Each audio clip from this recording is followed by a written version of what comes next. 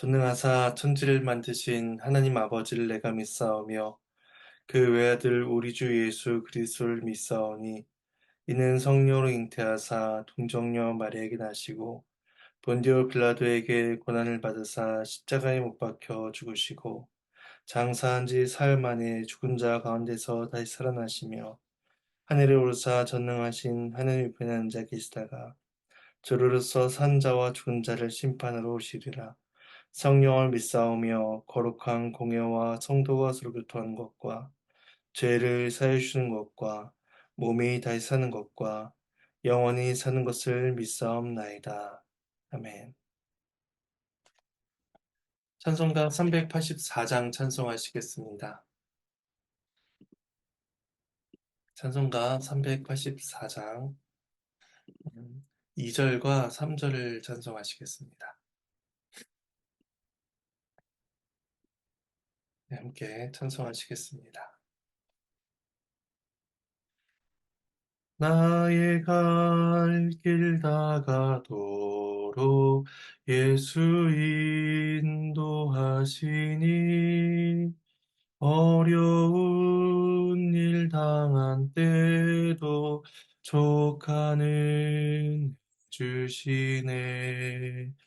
나는 심히 고단하고 영혼 매우 가난하 나의 앞에 반석에서 샘물 나게 하시네. 나의 앞에 반석에서 샘물 나게 하시네. 나의 갈 길 다가도록 예수 인도하시니 그의 사랑 어찌 큰지 말로 할 수 없도다. 성령 감화 받은 영혼 하늘나라 갈 때에 영영 부를 나의 찬송 예수 인도하셨네. 영영 부를 나의 찬송 예수 인도하셨네. 아멘.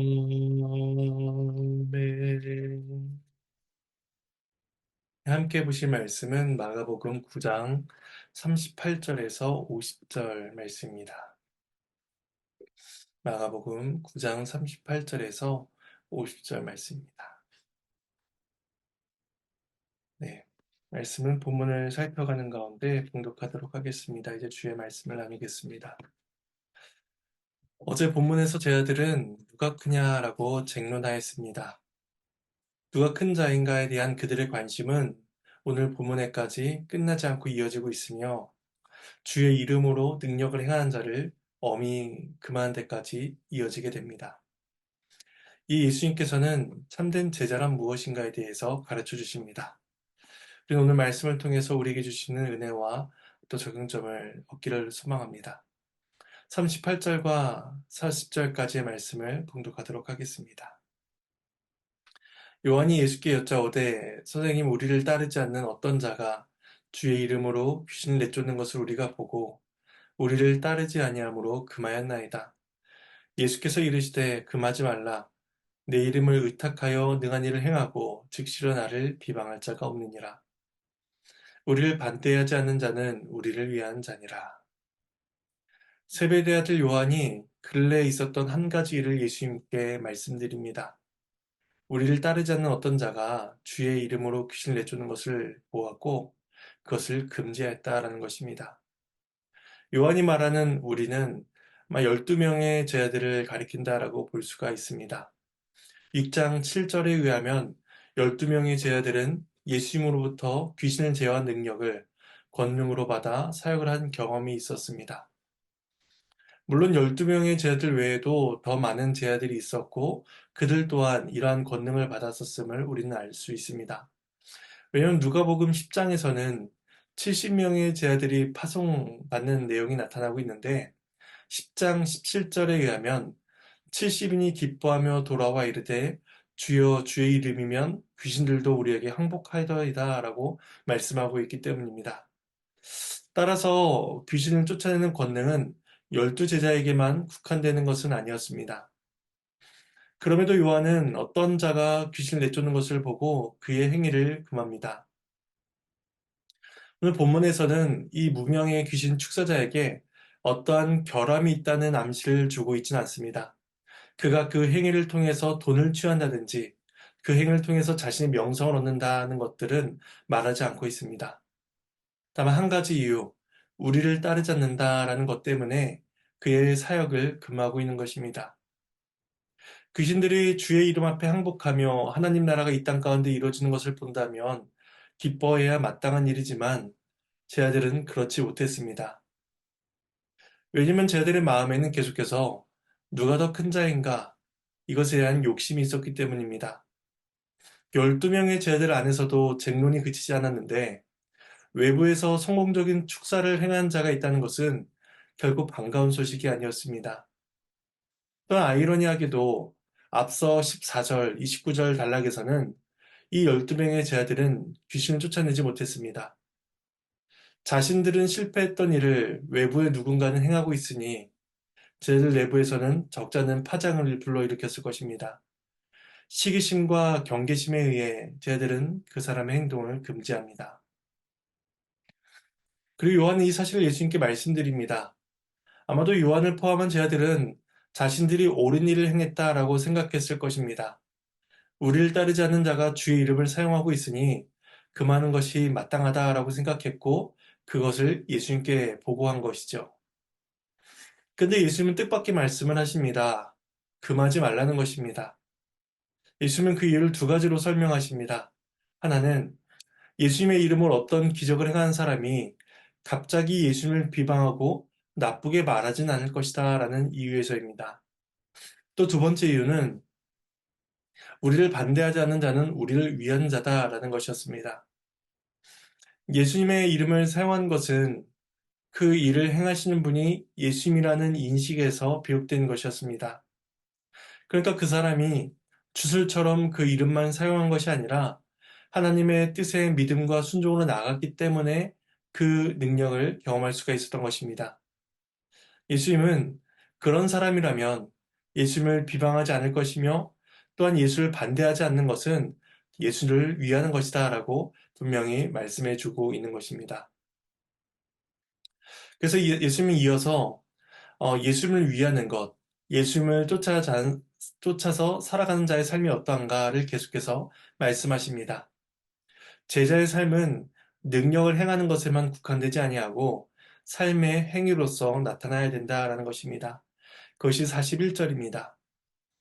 누구든지 너희가 그리스도에게 속한 자라 하여 물 한 그릇이라도 주면 내가 진실로 너희에게 이르노니 그가 결코 상을 잃지 않으리라. 예수님에게 속해 있다라는 이유로 제자에게 물 한 그릇을 주는 사람은 우리를 반대하지 않고 우리를 위하는 대표적인 예 중에 하나인 사람입니다. 뜨거운 열기로 인한 갈증을 해소하도록 마실 물을 제공하는 것은 환대와 사랑의 행위이며 또한 35절에서 말씀하고 있는 바 무사람을 섬기는 겸손의 자세이기도 했습니다. 예수님에게 속해 있다는 것은 그 사람이 예수님의 사람이며 예수님의 보냄을 받은 사람이다라는 것을 뜻합니다. 따라서 그 사람에게 행하는 것은 곧 예수님에게 행한 것이다라는 의미를 갖게 됩니다. 그러므로 누구든지 예수에게 속한 자에게 물을 제공하는 것은 곧 예수님에게 선을 베푸는 것이며 그것은 곧 그리스도에 대한 믿음과 순종의 표시다라고 말할 수가 있는 것입니다. 물론 물을 대접하는 것은 결코 자격이나 그 사람의 공로가 되지 못합니다. 오히려 그러한 자세는 그 사람이 하나님의 나라에 동참한다라는 것이 무엇인가를 보여주는 그러한 하나의 표였습니다. 하나님의 나라를 섬기는 일 속에는 사소하거나 더 중요한 일, 그렇지 못한 일, 그런 일의 구분은 결코 존재하지 않는다라는 것입니다. 주의 이름으로 귀신을 내어 쫓아내는 일이나 주에게 속한 자에게 물 한 그릇을 제공하는 것이나 똑같이 예수 그리스도에 대한 헌신으로 나타나는 믿음과 순종이다라는 것입니다. 예수님께서는 그런 자들에게 결코 상을 잃지 않을 것이다 라고 말씀하십니다. 제 아들은 주의 이름으로 귀신을 내어 쫓는 자를 보고 금하였지만 주님께서는 물 한 그릇을 베푼 자에게 상을 주시겠다라고 말씀하시고 있는 것입니다. 주 안에서 행해지는 모든 일들은 칭찬을 받기에 합당한 일들인 것입니다. 41절에서 긍정적으로 진술하신 예수님께서는 42절에서는 부정적인 진술로서 그 교훈을 이어가십니다. 42절 말씀을 제가 봉독하도록 하겠습니다.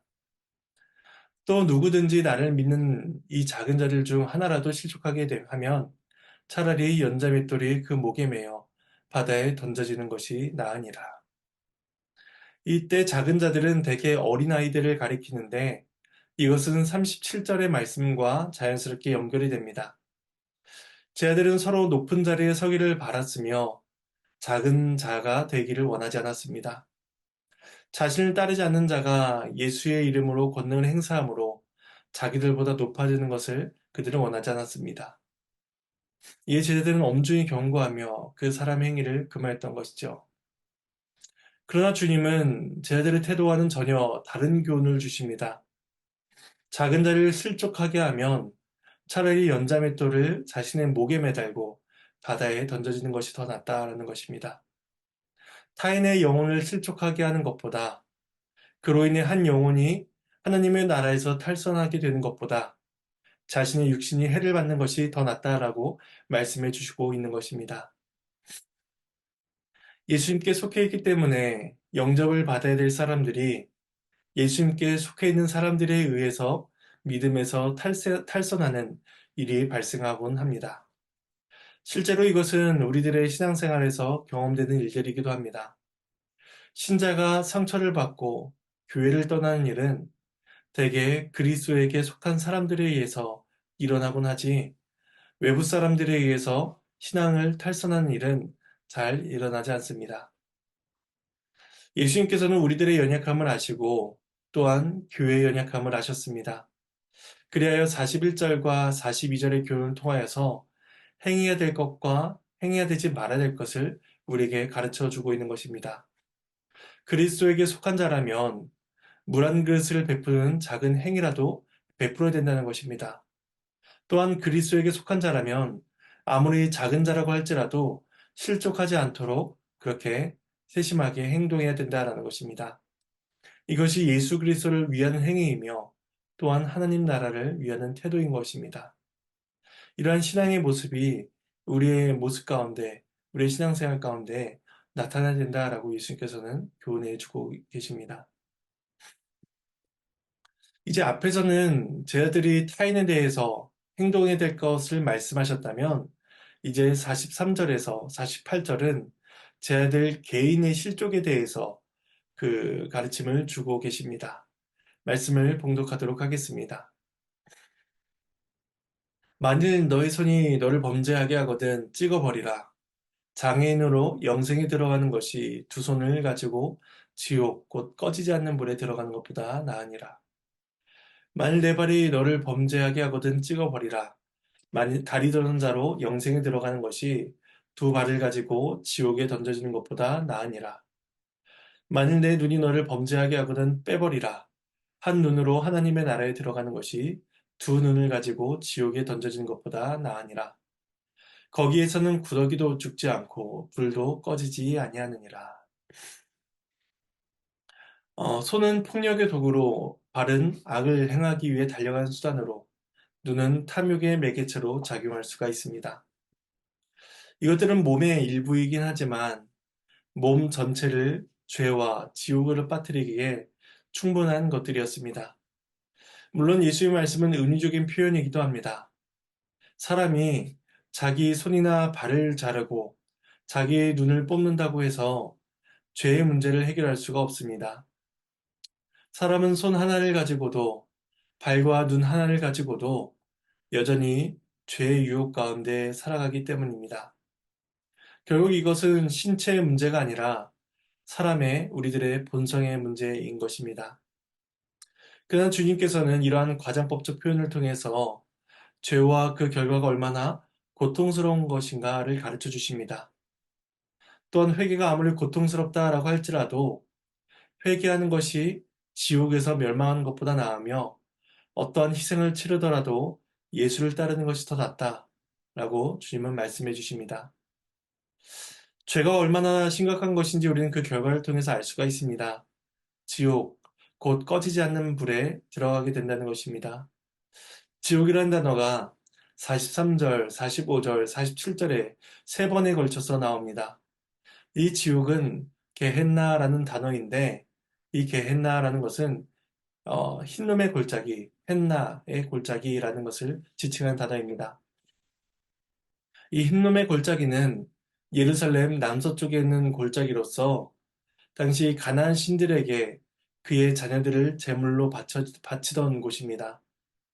그리고 나중에 이곳이 쓰레기 폐기장으로 사용되었으며 죽은 동물들과 매장되지 못한 범죄자들의 시체까지 던져지게 됩니다. 이렇게 부정하고 더러운 장소이다 보니까 계속해서 불을 태워서 더럽고 부정한 것들을 소각하는 장소로서 사용이 되었습니다.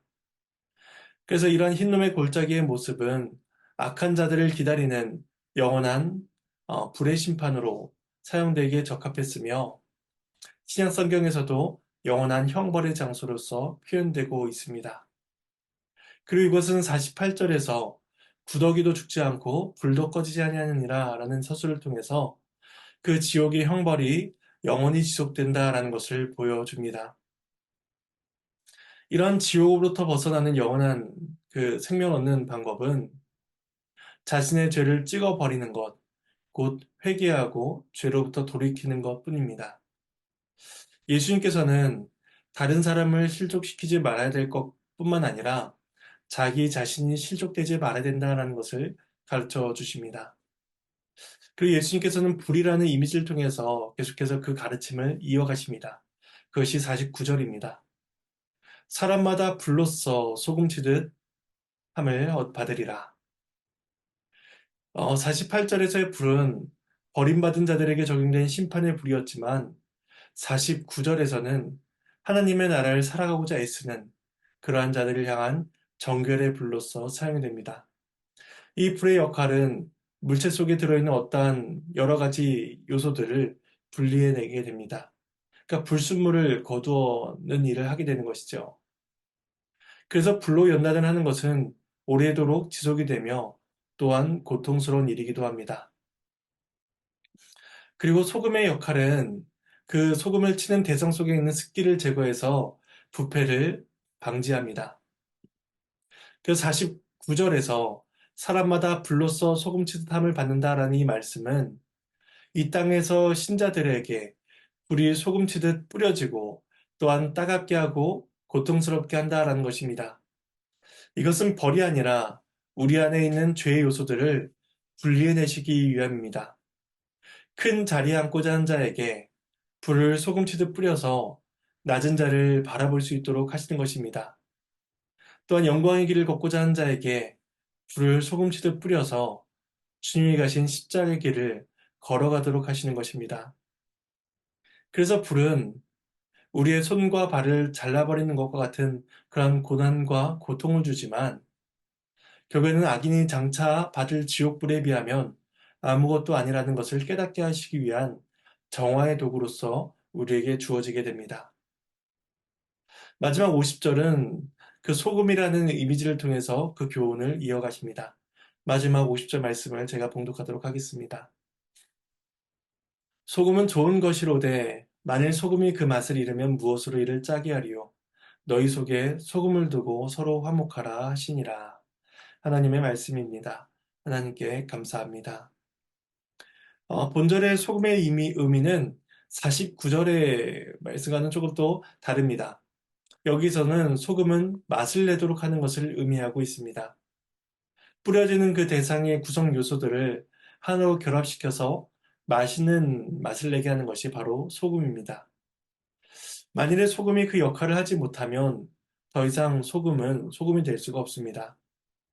마찬가지로 제자들이 제자도의 특징을 소유하지 않는다면 그들은 맛있는 소금에 불과한 뿐입니다. 누가 더 크냐 논쟁할 것이 아니라 누가 더 높은 길로 갈 것인가 경쟁할 것이 아니라 소금을 너희 속에 둠으로써 서로 화목하는 일이 일어나야 된다라는 것입니다. 이것이 하나님 나라 백성의 모습이며 예수님의 제자들이 가져야 될 모습임을 주 예수님께서는 가르쳐 주십니다. 예수님께서 오늘 말씀을 통해서 제자의 삶에 대해서 가르쳐 주십니다. 그리스도 안에 있다는 것이 무엇인지, 또 그들을 어떻게 대해야 되는지, 또 우리 자신을 어떻게 살아가야 되는지를 예수님께서는 말씀해 주십니다. 우리는 사실 그리스도에게 속한 자다, 그리스도인이다라고 불리기에 너무나 부족한 자들입니다. 그럼에도 주님께서는 우리를 주님의 제자로 불러주시고 또한 제자의 삶을 우리에게 요구하시며 또 그 삶을 살아갈 수 있는 힘을 주시고 은혜를 부어 주십니다. 우리는 주의 도우심을 구하며 우리에게 주어진 이 제자의 삶, 그리스도인의 삶을 살아가야 할 것입니다. 그리하여 그리스도에게 속한 자를 위해서 향하여 또한 우리 자신을 향하여 마땅한 제자의 삶을 행함으로써 주님께서 기뻐하시는 삶을 살아가야만 할 것입니다. 그런 삶을 살아가는 저와 여러분의 복된 하루가 되기를 간절히 소망합니다. 제가 잠시 기도하도록 하겠습니다. 하나님의 은혜에 감사를 드립니다. 누가 더 크냐라고 쟁론하는 자들, 또한 우리를 따르지 않는 자들을 금하였던 자들에게 참된 제자의 삶이 무엇인지를 가르쳐 주심으로써 제자들이 옳은 길을 가게 하셨던 예수님의 모습을 우리가 다시 한번 교훈을 생각하게 됩니다. 우린 여전히 부족하고 여전히 우리들의 욕심대로 살아가고자 희망한 자들이지만 주님께서는 우리를 징계하시거나 내치지 아니하시고 따스한 음성으로서 그 교훈을 계속해서 이어가십니다. 우리의 삶 가운데 주께서 계속해서 교훈을 주시기를 바랍니다. 또한 그 교훈으로서 우리를 지도해 가시며 우리가 주께서 원하시는 삶을, 기뻐하시는 삶을 살아가기를 간절히 소망하옵나이다. 우리에게 은혜를 베풀어 주시기를 소망하옵고 감사드리며 이 모든 말씀 예수님의 이름으로 기도합니다. 주님께서 가르쳐 주신 기도로 마치겠습니다. 하늘에 계신 우리 아버지여, 이름이 거룩히 여김을 받으시오며 나라가 임하시오며 뜻이 하늘에서 이루어진 것 같이 땅에서도 이루어지리이다. 오늘 우리에게 일용할 양식을 주시옵고 우리가 우리에게 죄 지은 자를 사해 준 것 같이 우리의 죄를 사해 주시옵고 우리를 시험에 들게 하지 마시옵고 다만 악에서 구하시옵소서. 나라와 권세와 영광이 아버지께 영원히 싸움나이다. 아멘.